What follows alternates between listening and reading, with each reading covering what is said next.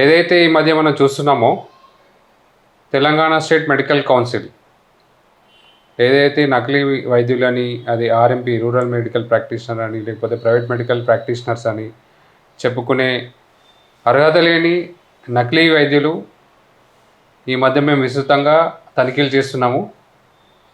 దీనిలో భాగంగానే మేము కొన్ని విషయాలు చెప్పదలుచుకున్నాము. ఏంటంటే, వారు ప్రాథమిక చికిత్సా కేంద్రం అని పెట్టి కంప్లీట్ హాస్పిటల్నే నడిపిస్తున్నారు. దీనివల్ల ఏమవుతుందంటే, ఎక్కువగా వాళ్ళ ఎవరైతే పేషెంట్స్ వాళ్ళు పేద ప్రజలు ఉంటున్నారు, దాంట్లో వాళ్ళు ఆరోగ్యపరంగా చాలా నష్టపోతున్నారు. ఏంటంటే, అది దీర్ఘకాలికంగా లాంగ్ టర్మ్గా ఎఫెక్ట్ అవుతున్నారు. ఎట్ ద సేమ్ టైం కొన్ని ఇన్సిడెంట్స్లో డెత్ కూడా అవుతున్నాయి.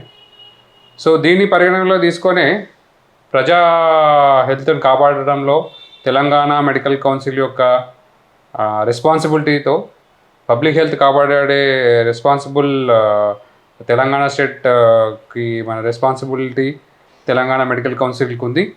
ఇందులో భాగంగానే చైర్మన్ మహేష్ గారి ఆదేశాల మేరకు ఉమ్మడి కరీంనగర్ జిల్లా, ఉమ్మడి ఆదిలాబాద్ జిల్లాలో విస్తృతంగా మేము తనిఖీలు నిర్వహిస్తున్నాము.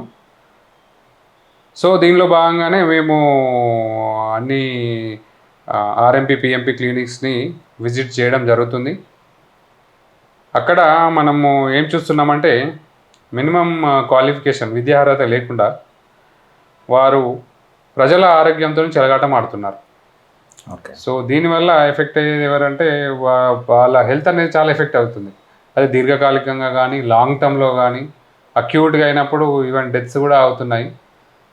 కాబట్టి మన తెలంగాణ మెడికల్ కౌన్సిల్ ఏదైతే చట్టపరంగా ఏదైతే మన సెక్షన్స్ ఉన్నాయో దాని పరంగా మనము ఇవి అమలు చేసుకుంటూ మనము ఈ ప్రజా ఆరోగ్య పరిరక్షణలో మన తెలంగాణ స్టేట్ మెడికల్ కౌన్సిల్ ముందుంది.